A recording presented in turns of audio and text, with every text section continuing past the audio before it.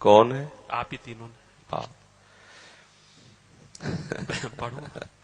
महालक्ष्मी के अवतार में श्री रुक्मिणी जी हैं और श्री किशोरी जी श्री कृष्ण का प्रेम समुद्र स्वरूप है ना, प्रेम स्वरूप है श्री कृष्ण।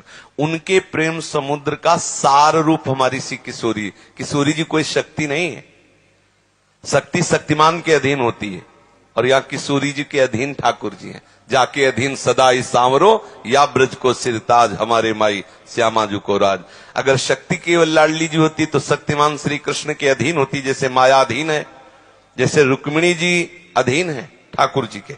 लेकिन यहाँ हमारी श्री जी ऐसे कर लें तो चरणों में गिर जाते हैं और प्रार्थना करते हैं कि लाडली जी ये भूक्षेप हमको सहा नहीं जाता, अधीन हुए ना, संग ही संग होए अधीन, संग ही संग डोले। ये वृंदावन की श्री जी को श्री लाल जी के हृदय का मूर्तिमान प्रेम कहा गया है। प्रीतिरु मूर्तिमती रस सिंधो सार संपत्ति विमला।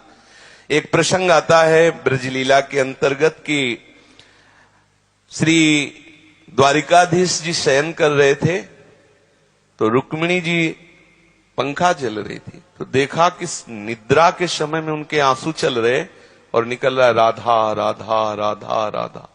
आश्चर्यचकित हो गई।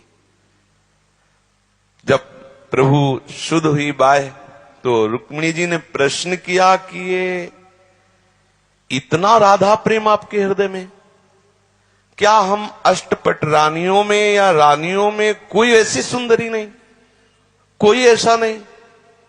आज भी आपका हृदय राधा राधा पुकारता है और आंसू निकलते हैं। मैं देखना चाहती हूं कैसी है राधा किशोरी, कैसी है राधा रानी।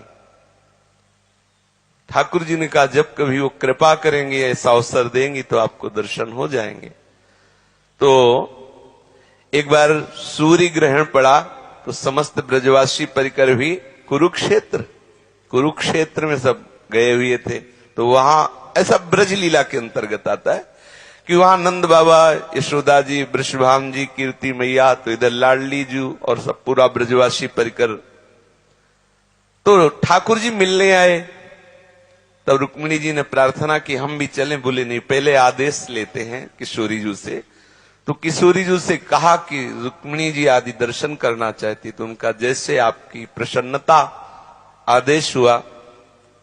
तो श्री रुक्मिणी सत्यभामादि अष्ट प्रधान जो श्री कृष्ण प्रिया हैं द्वारिकाधीश की, वो जे ही जहां हमारी लाडली जी का शिविर लगा हुआ तो प्रथम द्वार पे गई तो एक हाथे से रखे हुए स्वर्ण की छड़ी ली हुई एक सखी खड़ी थी।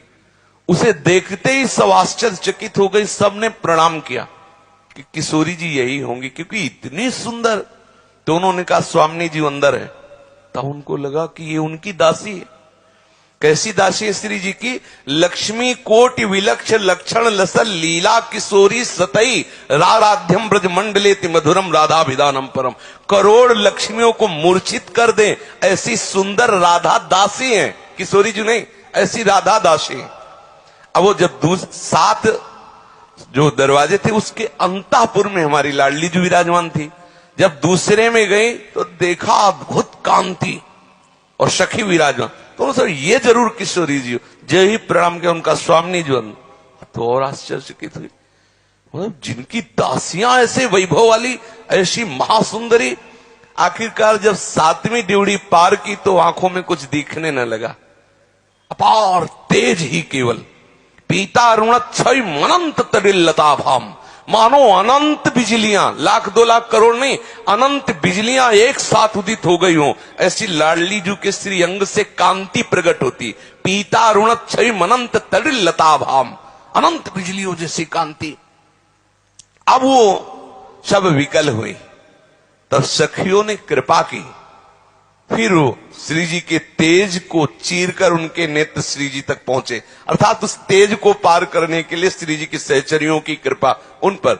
जब उन्होंने देखा ऐसा रूप लाडली जी का कि सबके आंसू चलने लगे, क्योंकि मूर्तिमान प्रेम का रूप। और फिर श्री कृष्ण से कहा कि आप इनके बिना जीते कैसे हो। पहले प्रश्न किया था कि क्या हम में से कोई ऐसा नहीं जो राधा को भुलवा सके, और अब जब दर्शन करके आए तब बोले आप उनके बिना जी कैसे रहे।